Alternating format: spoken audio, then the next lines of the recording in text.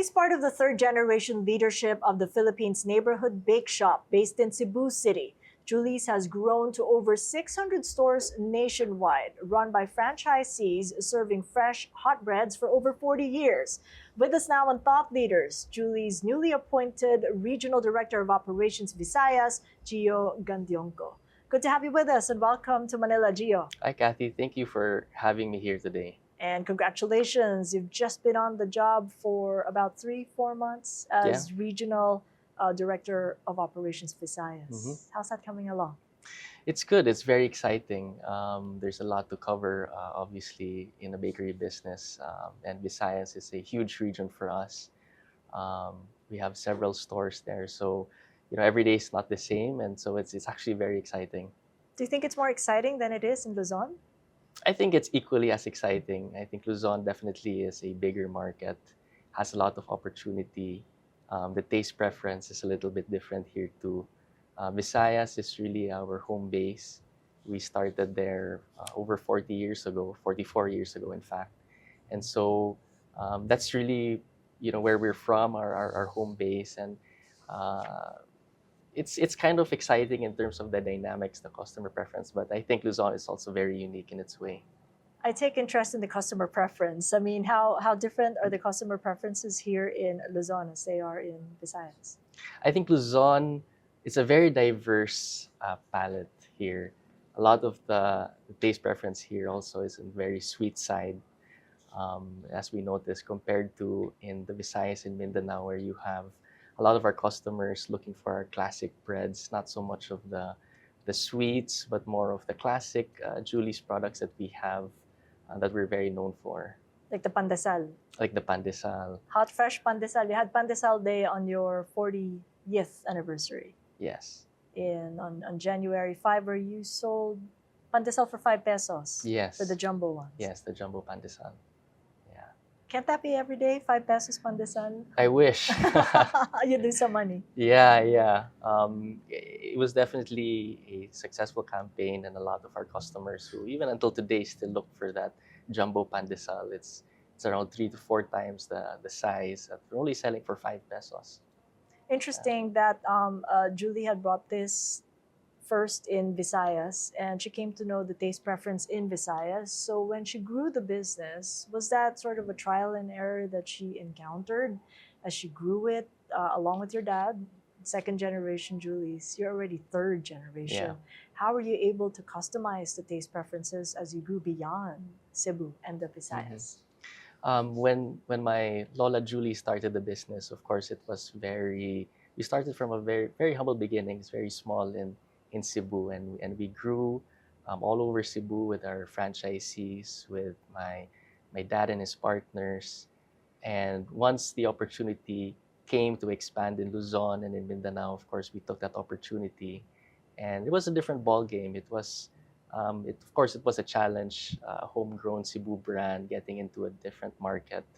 But over the years, we have grown both franchisees and company-owned stores. And right now, I think we're well equipped to really analyze what the taste preference are um, in every region. So we do our research and development, and we really have certain products which have different tastes unique to that region. And you have the benefit of 2 generations prior to yours for some guidance. You've still Mhm. got Tita Julie and Sir Opep, your dad, who is Yes. president and CEO. So, what are the dynamics like? Because as you work in the business and they have just been focused on the business right from the start, you've had experience outside along with your 2 sisters, also involved in the business. Yes. So, there's sort of a clash there, isn't it, in the approach, perhaps? Well, of course, my dad actually was the first sibling to join the business among his siblings. He opened the third bake shop um, back in the day, and so he's been there this whole 44 years. So he's very passionate, of course. He has a lot of experience and wisdom. But yeah, I mean, me and my sisters, we are a new generation, and fortunately, we have worked outside to gain knowledge and experience before coming into the business. In fact, my dad really encouraged that we work outside first so that we get all the best practices before we come in. My sister Two of my sisters actually, they both worked in multinational companies, both in the marketing side, and my other sister in the financial side. And I had I had experience also in the finance industry in the U.S. So it's a fresh perspective, definitely, coming into the business as a third generation member. Of course, working with the family is never easy, but we definitely have the same goals. We're passionate about continuing the legacy of Julie's. So, of course, we do have some arguments occasionally, but in the end of the day, we're all here working together towards one goal. What usually do you argue about when it comes to breads and pastries, or is it more operational? More operational. Okay. And how do you get to resolve that, though? Just a simple communication, simple conversation, I think is really important. Um, as a family, we try to, of course, separate family from business, but sometimes it's easier said than done, and it can get really mixed, especially during some meetings. But in the end of the day, in the end of the meeting, when we're together, when we're at family events, when we talk to each other, of course, the business is really separate, and we're here as a family. I think that's the most important part. So not even at the dinner table, you don't talk Well, about business. there's an occasional conversations about business in a dinner table, but of course we catch ourselves and we try to maybe discuss it at another time. What about the breads and pastries? Are they always on the table? Always, yeah. My dad, he loves to talk about pastries and even just food in general. Some of his favorites, what he likes, what he dislikes. So it's always nice to pick his brain on the next dessert that he wants to try out. So you do have it breakfast, lunch, and dinner. Not breakfast, lunch, and dinner. Most of the time. Most of the time. You mentioned you had a finance background. How did that work out for you? Because at the same time, you also had a golf scholarship at Santa Clara University. So you were Yes. working on disciplining yourself and becoming a golfer Mhm. on that side, and then a finance person. And the disciplines that came with it, how did that now translate to the work that you had? Because at the very start, you really worked up the ranks. Before you were RDO of Visayas, you were also a business solutions manager and operations management officer. Mhm. So yeah, I grew up playing golf basically my whole life. Played competitive golf um, all around the Philippines, all around the world. Played for the Philippine national team and ended up getting a golf scholarship in the U.S. And it has really taught me the discipline in terms of training, in terms of practice, and of course has made me mentally tough. Golf is a sport where you really need to be mentally tough. It's all about strategy. It's all about knowing when to be aggressive and when to play safe. And it's also humbling because it's a sport where you're actually playing against yourself. You're not really playing against um, the other people, right? It's just you and a golf course. And there are a lot of things that you cannot control um, on the day when you're out there on the golf course. The condition, the weather, all these things are out of your control, and so you have to focus on yourself, on the present, and making sure each shot goes well. And I really apply that right now in my role in Julie's because, like in business, it's all about strategy, and you need to know when to be aggressive, when to play safe. There's a lot of things that you cannot control in the business landscape. And so I see a lot of parallels there, and it's good that I have been exposed to um, that competitive environment at a very young age. And after college, I was fortunate enough to get a job. I worked in the US in a fintech company for about a year and a half. So getting that exposure in a startup environment, it was a startup company, working in the first world, knowing how things work, that fast-paced environment definitely taught me firsthand how it really how to operate in that type of level. So I think what I definitely learned uh, being a golfer all these years and going through that finance background, I'm definitely applying all those today. How's your golf handicap? It could be better. Right now I'm at a 3, but I used to be a 0 back in the day. So I try to still play a lot if when I get the chance, but of course not as compared to before where I used to compete regularly. So when did the call come, or is it you calling dad? I'm ready. Take me in the business. Actually, it was in, I think, my senior year in college in Santa Clara, where, I went to business school. I took finance, and it was a very good experience meeting these professors, meeting these business leaders in Santa Clara, and it inspired me to build a passion really for business. Although I still had that passion to pursue golf, I grew a really greater passion for business. And being right in the heart of Silicon Valley, Santa Clara University is very well positioned. So I thought it would be a great experience if I could get the opportunity to work there, to get firsthand experience of what it's like working in a startup company and in the tech capital of the world. So yeah, it was a very great experience. Of course, it was very difficult to switch career path. All my life I wanted to be a professional golfer, and here I was just making a decision to pursue business. But I have no regrets. I think my golf background is um, definitely an advantage, and it still really helps me today. So it was you who called dad. It was me who called dad. Oh, okay. Yeah. But at that time, were your sisters already working, or were you the first of the third generation to start working in the business? My older sister, Tanya, actually started working already by that time. She was working there in Julie's for a year already.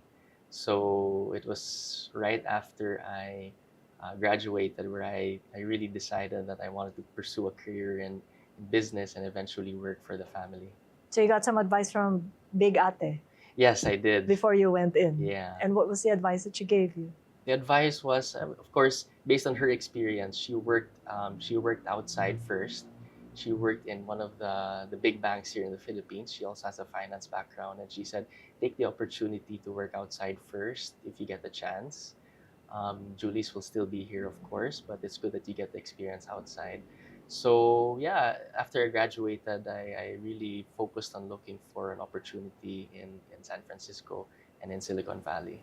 And the second sister, was it you who gave her the advice The second before she sister, went in? I think she saw me and my older sister working in the business, and she had a background in marketing and in fashion also. So she was very focused on the consumer side, which she had a lot to contribute, and so it was just natural for her to gravitate and to start helping out in the business.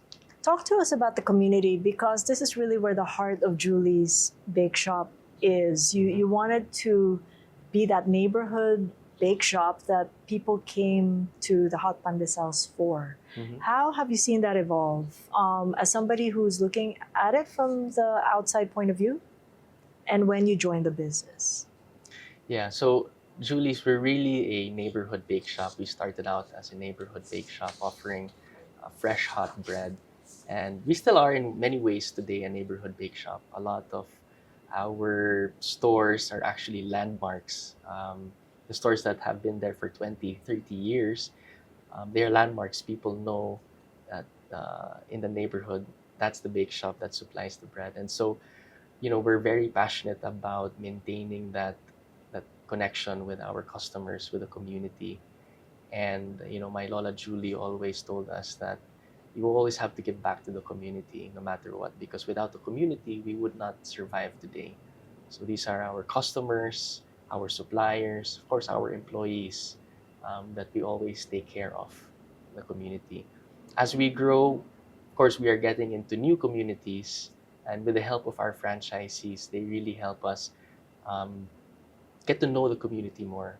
Most of them are our franchisees are local; they're from the area, and we have a lot of inputs from them in terms of the customer behavior, the preference, the tastes, and so they help us a lot with, really getting involved in the community in every bake shop.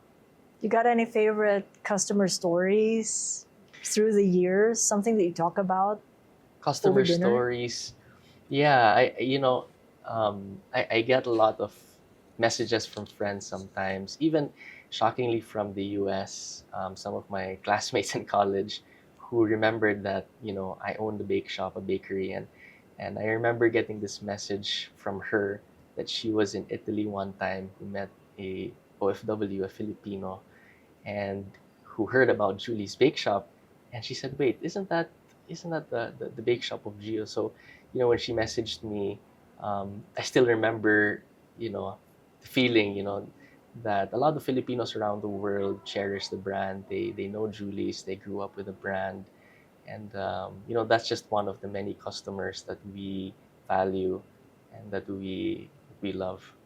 The pandemic, how did that impact the business, considering it is a staple? People Yes. needed breads, even as we were all constrained in Mhm. our homes. And was business impacted as much as other businesses had been, or less so? We were classified as an essential business. So actually, when the lockdown started to happen, within a day or two, we were still able to open. The challenge there was really getting our people to the stores. There were a lot of restrictions just to get from barangay to barangay, how much more city to city, and getting all of our suppliers to deliver all these ingredients. But I'm very proud of our team and what our team did in Luzon, Visayas, Mindanao, all across to make all these things happen. And fortunately, business was running. In fact, actually, we were booming in the first couple of months because a lot of business establishments were actually closed and they needed supplies, they needed food. So we were able to cater to a lot of our customers and a lot of other businesses actually in terms of their bread requirements. There were several challenges for sure on the supply side. Um, I'm sure all the businesses felt that nationwide and even globally, the supply chain system was just very challenged. But I'm glad to say we were able to get through that year. 2020 was a challenging year, but we actually came out stronger. Yeah. Were there fallouts from the franchisees? And because we used to have Julie's in the Yes. neighborhood, but now it's been replaced by something else that kind of looks like Julie's, but it's not. Yeah, there were some, well, only a handful, I would say, of our stores, our franchisees that were also challenged with the pandemic. In some areas, like I said, supply was really difficult.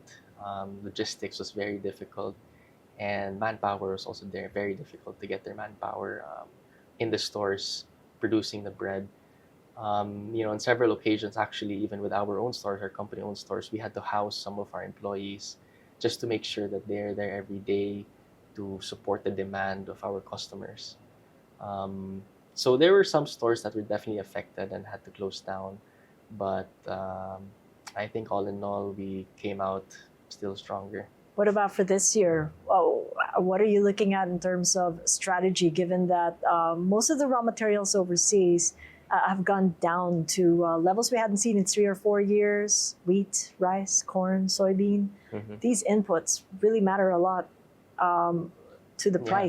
price of the bread or pastry that you're selling. Yeah, exactly. That's true. Over the past years, there have been ups and downs in terms of our raw material prices. Wheat, as you said, sugar, and all these other basic commodities have been going up and down, and it's very volatile. So we try to innovate in terms of how we can provide the value to customers despite all these fluctuations. Bread is a commodity, and we don't want, of course, to just increase prices right away. We want to know how can we offer the best value to customers. But shouldn't prices be going down with wheat prices coming down? With wheat prices coming down also, that gives an opportunity for us to also review our prices so that we can offer the greatest value to our customers. Have you ever cut prices in the 44 years that Julie's was in business? We did occasionally. Of course, we want to also bring back or give back any savings that we have in terms of our raw materials and food cost. What's really important for us is to provide that value for our customers because at the end of the day, bread is really a staple and a commodity. And of course, we don't want our customers to feel that everything is just priced unfairly. And there's that preference for more sweeter um, sort of variations in bread. Yeah. The use of Yeah. sugar versus wheat. Mm-hmm. Mm-hmm. And that kind of constrains you to choose the kind of wheat that you source from the US. Mm-hmm. Yeah. Definitely. Um, our customers, their taste preferences are really changing. And of course, there's a big trend now in terms of healthy products, right? A lot of the consumers are looking for healthy products. And we have been launching some of our healthy products, like we have our whole wheat loaf now. Um, that before we would think our customers, our market basically are not even interested in a whole wheat loaf. But in fact, when we launched it in Visayas and I think here in Luzon and Mindanao, it's also available. A lot of our customers are slowly buying our wheat loaf. Do you know the demographic Our of who's dem- buying that wheat loaf? Actually, our existing customer base. So it could be the elderly and the young ones. So it's Yes. across the board. Yeah, across the board. So we have seen a lot of growth in terms of the demand for whole wheat loaf and for healthy products as well. So we are constantly looking into how we can innovate and provide a healthier alternative. If not, of course, we cannot completely reduce the amount of sugar and everything, but we're looking into how we can provide a healthier alternative for our customers. What about sustainability initiatives? Food waste? Do you have any strategy towards that? And also addressing maybe the containers where you put in your products? Yeah, so in terms of the containers, we're really shifting already to paper bags, right? So of course, every local community that we always abide by what are the requirements. Of course, single-use plastic is definitely being shied away already. So we're moving into the paper bag, which is recyclable. We also offer a lot of bread keepers in our stores, so our customers can utilize that and store their breads instead of having a paper bag or a plastic. But yeah, majority of our breads can actually be recycled into different other products. Not all, but most. So if you look at our stores, we actually produce breads such as pudding, where these are breads that are recycled and made into a different product. Our sliced bread also, we can toast them and becomes toasted bread, which also sells in several of our stores. There's a lot of innovation going in now with the third generation working in the business, but at the same time, ensuring that the legacy carries on and the core competency of the brand is retained or goes through and shines through. How do you then create that balance between innovation and legacy, especially with Dad still at the helm as president CEO? Yeah. Well, we always go back to what our promise is to our customers, our Julie's promise, and that's really providing fresh, hot, quality bread to our customers with excellent customer service. So whenever we innovate, whenever we think of new products or a new concept or any efficiencies in our internal systems, we always focus on how is it getting closer to delivering our promise in the end of the day. We have been innovating into new concepts, not our traditional store, and it really revolves around how do we deliver that Julie's promise to our customers every single day. How do you stay relevant when you hit 40 years? You had a viral ad, Yes. Stop Tita Shaming, Mm-hmm. and that created quite a furore online. Mm-hmm. But I was wondering who championed it from within the family business because it was really quirky, Mm-hmm. out of the box, Mm-hmm. something that you probably wouldn't expect from a legacy brand, but it was a big hit online. Who championed it from within, and how did you convince maybe Tita Julie from actually, going with what you Mm-hmm. thought was going to keep the brand relevant? Yeah, it was definitely our top management team, along with, of course, our marketing team, that really pushed for a campaign for our 40th year um, to really get the brand out there. We are a traditional family company, and of course, with the new generation coming in, me and my sisters, we were really for this campaign to basically send a message that Julie's, we're here, we're relevant, we're still relevant, and we're continually evolving as a company. We're not really a traditional bake shop anymore, but we want to stay relevant and we want to grow into new markets. Was it difficult to convince them? Not that much, actually. I think we were confident, especially with our team, and we were confident that it would be a hit. Was there any concern when you knew how people reacted online afterwards? Well, of course, there was a bit of shock from our customers, and online you could see the comments. But overall, it really was not negative in terms of the comments. Of course, they were shocked that Julie's would have such a campaign, but I think they were also they also knew that Julie's we're a different company now. We're young, we're fresh, and we're ready for the future. Did sales go up? Noticeably, I think sales did. Yeah. Well, talk to us about the franchising, because this is your way forward. You wanted to Yes. reach more customers through newer Mhm. platforms, so that's the reseller program. Franchising is a big part, Mhm. although you still have company-owned stores. How many are you hoping to get into the fold in franchising, and what's going to be the ratio like between company-owned and franchising?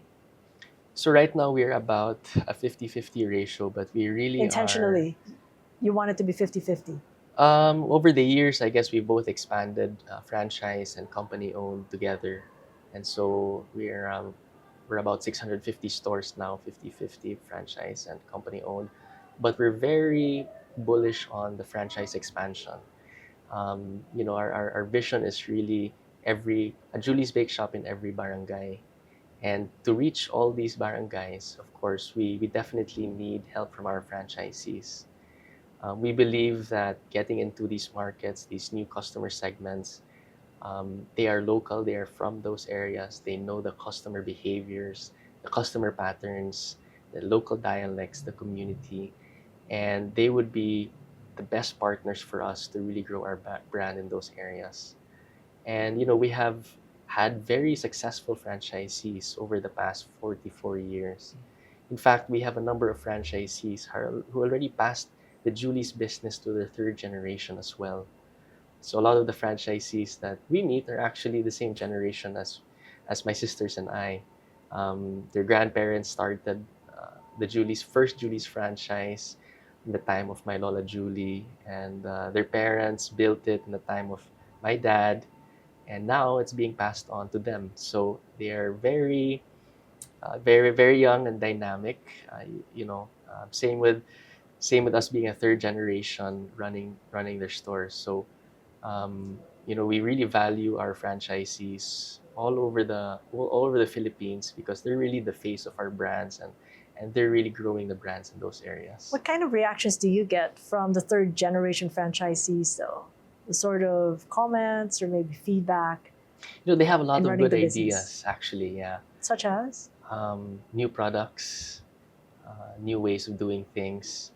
And I think it's very good that, as a franchisor, we really have an open conversation with our franchisees. These franchisees are there, they run their stores, they're on the ground. So they have a lot to say, they have a lot to suggest in terms of new products and new ways of doing things. So of course, we're very open to those ideas and coming out with even new products occasionally. In terms of geographies, Luzon, Visayas, Mindanao, where are you seeing the best growth in franchisees over the next, say, 2 to 3 years, and why? I think all across, actually. There's so many areas that Julie's is not in yet, untapped markets. More so actually here in Luzon. And when Julie's started, we really grew in the Visayas and in Mindanao. Majority of our stores in Mindanao are franchised. Same here in Luzon. And so I think for Luzon and Mindanao, actually, there's so much opportunity for franchising. And we have a lot of Filipinos who are hungry for business. These are Filipino entrepreneurs coming from different age demographics, different backgrounds, who are looking for an opportunity. And so, really, the market is there, and I think the opportunity is really there. But so is competition. It's not like in Correct. in mom or dad's time, Mm-hmm. when there was just Julie's and maybe the other bake shop. You've got the likes of Balay Pandesal, Pande Manila, Mm-hmm. Panaderia, all day hot pandesal. I could go on. It's Mhm. like it's just mushroomed all over. Yeah. So how are you preparing or have prepared for this stiffer competition for Mhm. your franchisees? For especially those who want to sign up. Yeah. So we really value the brand that we have, right? Yeah, it's true. There's a lot of competition nowadays. Aside from the national players, you have the mom and pop bakeries that we're competing with in the community in our local neighborhoods, and we constantly focus on delivering the Julie's promise, as what I mentioned. We really have great quality breads, I think, over our competitors. We use quality ingredients and we're able to provide that value to our customers with, of course, excellent customer service. And if we continue to do that, I think our customers will notice and they will have loyalty to our brand. But of course, that doesn't stop us from innovating in terms of new products. Of course, we always have to stay on top of the consumer trends, especially the Gen Z and the young market now. They have changing taste preferences, and now that everything is online, we have easy access to social media. There's a lot of changes in the customer preferences, so we constantly try to stay on top of that and ahead of our competitors. But rice is still the top staple, the Yes. preferred staple that go with food in the Filipino palate or plate. Mhm. How do you convince the would-be franchisee that it's good to go to the bread business, even as it's a secondary staple in the Filipino plate? Yeah, that's a good question. Julie's, I think, it's a testament to the brand that we have been here for 44 years. So we've survived all the typhoons, all the earthquakes, and we've in fact come out stronger. Bread is really a staple food for the Filipinos. Pandesal is really an everyday breakfast snack that the Filipinos always look for. So I always look at it as we're serving nanay who goes out of the house early in the morning just to get pandesal, fresh pandesal for breakfast for the family and for snacks also for her kids in school.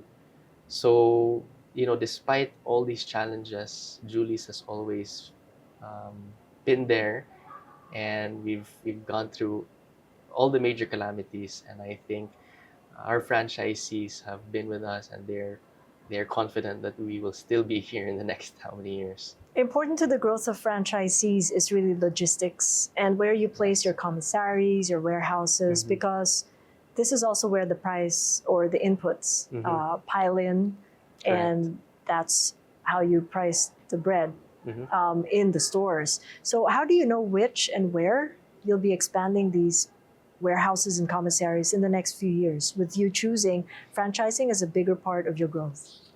Yeah, that's a good question. So we look at strategic areas in each region where to expand our logistics hubs. So we do have in Luzon, Visayas, and Mindanao in the major cities. But of course, we are looking to expand outside of the major cities. And it's like a chicken and the egg problem, which comes first, right? Do you open your stores or do you open your support warehouses? What's the and your answer to that? commissaries? What have you found? Well, it's a mix of both, and so we are constantly expanding in terms of our distribution centers, Luzon, Visayas, and Mindanao. It sounds like you're going to need a lot more money than you did in the expansion that you've seen in 44 years. Definitely. Would you be thinking of maybe going the IPO route at some point? Well, it has been a conversation in the past, but we're just really focused on providing the best quality products and services right now to our franchisees and to our customers. But of course, we want to get ourselves ready for whatever opportunity there lies in the next couple of years. We haven't really sat down and planned it out yet, but we really want to get ready for any opportunity. Maybe a strategic partner, local or foreign? Are you seeing a be. beeline? Is anyone lining up already or asking? Not at the moment, but like I said, we want to be prepared for the time when maybe in the next couple of years we decide to really focus on that direction. Right, and the international market, you'd been there 2013, but I wanted to know how that's progressed because you chose the Muslim market to start with in the ASEAN, Indonesian market in 2013, and then later Malaysia, and a franchisee in Canada. Yeah, we have gone international in the past. Unfortunately, it hasn't turned out. It didn't really turn out well. But of course, these are birth pains of getting into a new market. In Canada, we had a franchisee there, big Filipino community. It was in fact successful for a couple of years. But due to some changes in the geopolitical landscape, the livelihood of some of these communities got affected, and so the bake shop couldn't continue to run. So, well, it was really out of our control, but that doesn't stop us from looking into international expansion again in the future. Whereabouts would you start again or restart again? Well, we've been getting a lot of inquiries actually in several locations, not only in Asia but outside. We haven't really focused on it 100%, but I think in the next couple of years, we're definitely looking into expanding outside. That would be company owned or franchising model. What Well, would you go we'll for? see. Maybe a franchise model, but it really depends on the market at that time. For those wanting to be a franchisee, what would you advise them and how would they start? Or maybe even get the conversation going within the family? Yeah, sure. I mean, we're available on all our social media platforms. On Facebook, we have our website, juliesbakeshop.com.ph. You can easily apply for a franchise there. You can shoot us a message and contact us. We do have we do have packages available for every franchise, Luzon, Visayas, and Mindanao.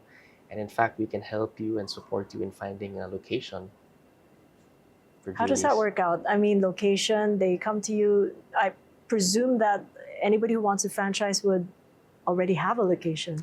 Yes, But yeah. it goes the other way. I mean, what kind of help do you give them? And beyond the initial help, the training, perhaps the post franchise signing of the document, I'm a franchisee. Yeah. What's the whole sort of path for somebody getting into a franchise? Yeah, so during the application process, of course, you will meet with our team, a couple of interviews and background checks. And most of the franchisees, that's true, have a location in mind in their area already. So we look at the location, we do a market verification study if it meets our standards. And if so, of course, we progress with the application. And within less than a few weeks, you can be trained already. We go through a rigorous training process. Of course, the staff that you hire, they go through a training session with our training team. And then, of course, we help you deploy your staff and the construction side. We definitely assist every franchisee along the way until not only until the opening, but after the opening. So we consistently support our franchisees on marketing activities and other programs that they want to implement. So, what's like the upfront fee and Right now, costs down the line? yeah, right now, you can get a franchise for about 1.9 million. So less than the 2 million pesos already, and that includes everything from training, from the royalty fees, for the initial ingredients, average construction cost, and all in we're looking at around 1.9 million. And break even? Maybe average break even timeline for those Yeah, so investing that kind of money? we don't actually, when we approve the site, it has to be less than 2-year ROI. So we're looking at a payback period of around less than 2 years, and in fact, some stores are even closer to 1 year, and depending on how good the location is. Such as, could you give us an idea which part of the country is giving an ROI that's in 1 year you get your money back? Well, several locations actually. These are locations where, of course, it's very high foot traffic. Some by the terminals, some by the malls, some of our newer locations. It's really all about the area.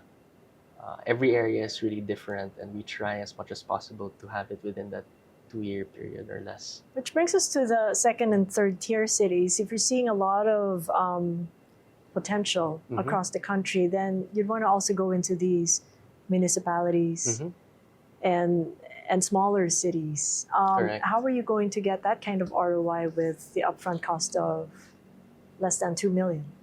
Yeah, actually, it's in the second and third tier cities.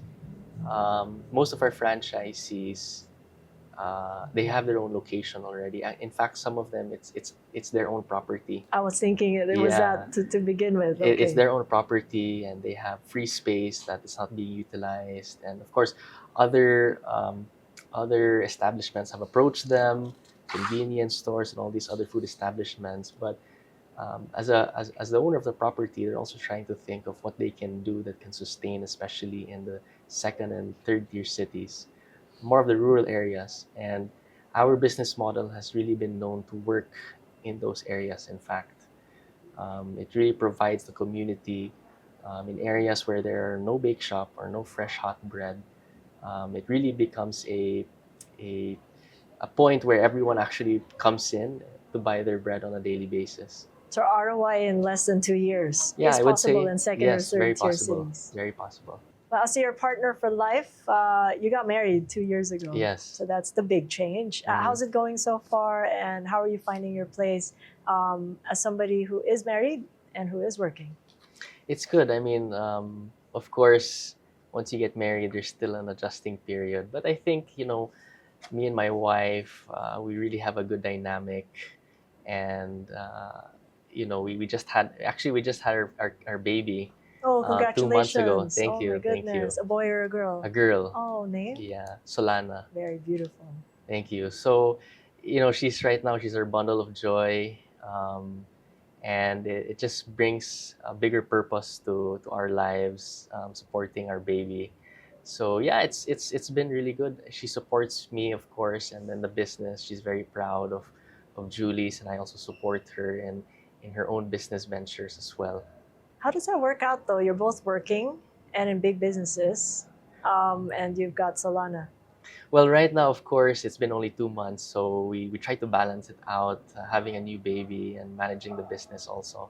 She does have her own business with her family, and right now we're just trying to balance the time. Of course, it's not as easy, but I think over time we'll be able to adjust. And as Solana grows older, we're very excited. I'm excited to bring her to the office eventually, And maybe in the bake course. shop or the golf course.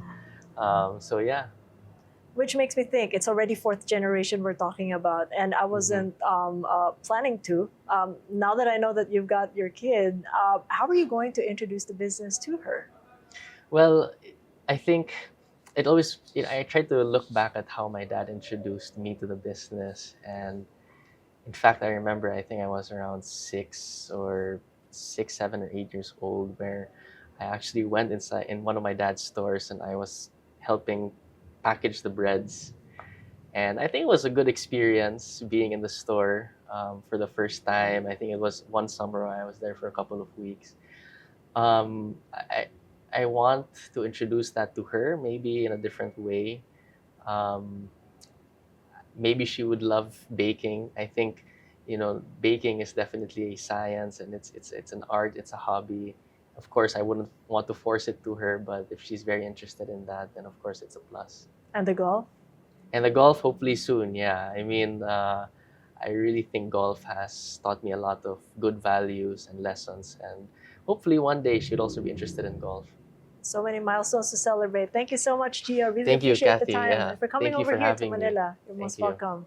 And catch us again next Thursday at 9 p.m. Philippine Standard Time on One News. You can also check out the long conversation on YouTube, Spotify, Apple Podcasts, and Google Podcasts. And if you haven't done so, like or follow my social media pages. I'm Cathy Yang, and this is Thought Leaders.